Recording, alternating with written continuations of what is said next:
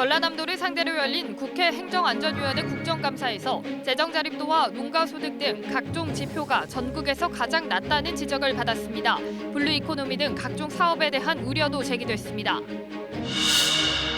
광주의 의붓딸 살인 사건 등 피해자 보호 소홀과 초동대처 부실로 논란을 빚었던 전남경찰청도 국감에서 질타를 받았습니다. 화석연료 없이 움직이는 전기차 시내버스가 오늘 처음으로 첫 운행을 시작했습니다. 승객과 운전자가 모두 만족한 가운데 값비싼 비용과 충전소 추가 설치는 과제로 남았습니다.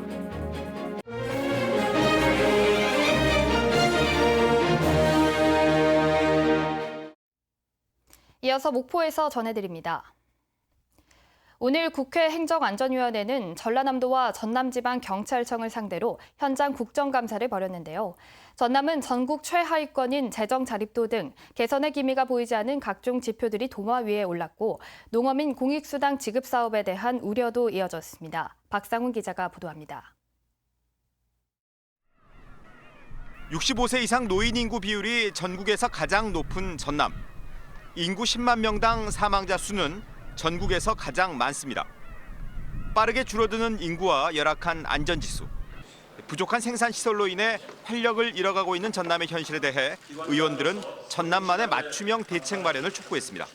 전남 도민의 개인 소득이라든지 이런 농가 소득 이런 수치는 떨어지고 있는데 이걸 극복할 방안은 어떻게 지금 찾고 있습니까? 내년부터 전남 전역으로 확대되는 농어민 공익수당도 열악한 재정 상황을 감안해 개선해야 한다는 지적이 이어졌습니다. 그러니까 분홍이나 대농도 다 받을 수 있는 거 아니겠습니까? 정말 열악한 재정 상황에서 농업과 어업에 종사하는 분들을 더 집중적으로 도와드려야 된다라는 게 제 의견입니다. 여성 농업인은 앞으로 확대하는 방향들을 이렇게 발전적으로 이렇게 제도가 나가면서 검토하도록 이렇게 하겠습니다. 최근 진도에서 논란이 된 해양 쓰레기 행사도 도마 위에 올랐습니다. 깨끗한 해변에다가 쓰레기를 갖다가 뿌려놓고 줍는 행사를 한 게 맞습니까? 2년 만에 열린 전라남도에 대한 국정감사는 기존에 지역 언론 등을 통해 보도됐던 지적들이 반복되는 수준에 그쳤다는 아쉬움을 남겼습니다. KBS 뉴스 박상훈입니다. 전남도청뿐만 아니라 전남지방경찰청도 오늘 국회 국정감사가 열렸습니다. 이 자리에서 의원들은 성폭력 피해자 보호를 소홀히 한 점과 초동대처 미흡 등을 질타했습니다. 이어서 손준수 기자의 보도입니다. 의붓아버지의 성폭행 신고를 받고도 관할권 떠넘기기에 급급했던 전남경찰. 그러는 사이 피해자인 여중생은 의붓아버지로부터 무참히 살해당했습니다. 여고생에게 강제로 술을 먹이고 성폭행한 뒤 방치한 사건 역시 경찰은 1차 조사에서 성폭행 사실을 발견하지 못했습니다. 바른미래당 권은희 의원은 경찰의 이 같은 부실한 초동대처와 피해자 보호 소홀이 이어졌는데도 경찰이 반성하지 않는다고 질타했습니다.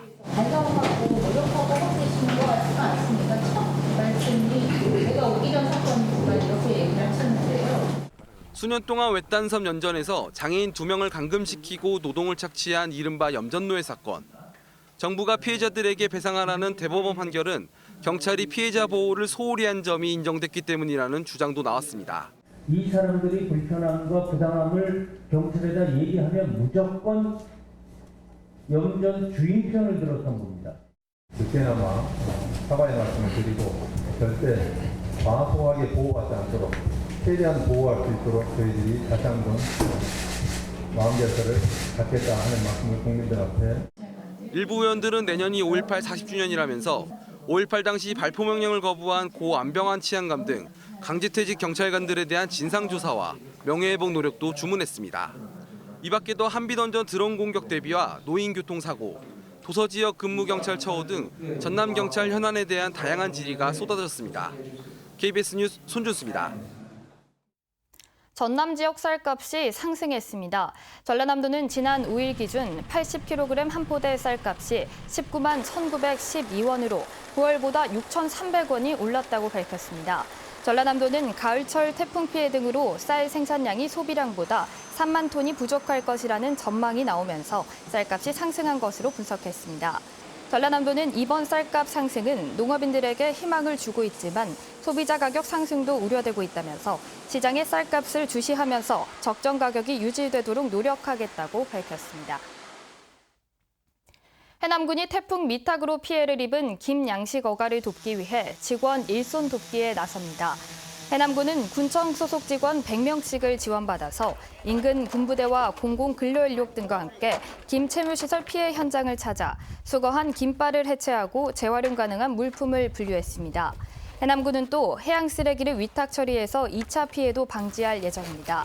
태풍으로 인한 김체류시설 피해액은 해남에서만 61억 원이 넘었고 해양 쓰레기 또한 280톤이 발생한 것으로 추정되고 있습니다. 다음은 전남 동부권 뉴스입니다. 여순 사건이 곧 71주년을 맞이하지만 순천엔 여순의 역사를 알리는 변변한 표지판조차 없었습니다. 시민단체가 15년 전 만든 표지판은 이념 논쟁과 무관심 속에 대부분 사라져버렸는데요. 최근 순천시가 여순 사건 표지판을 새로 만들고 있습니다. 양창희 기자입니다.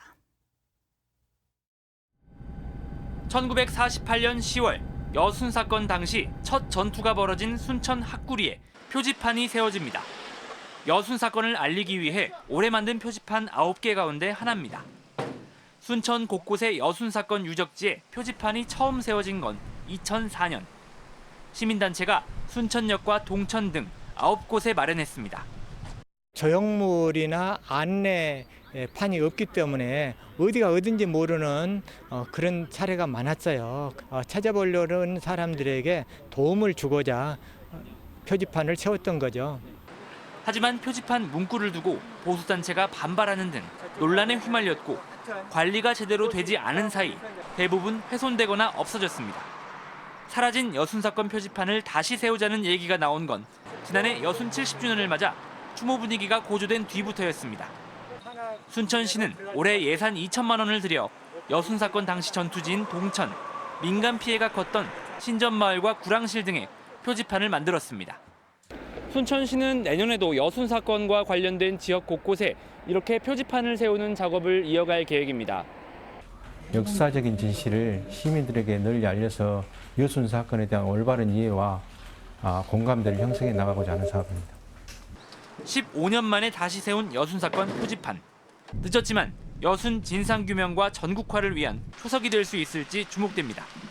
KBS 뉴스 양창입니다.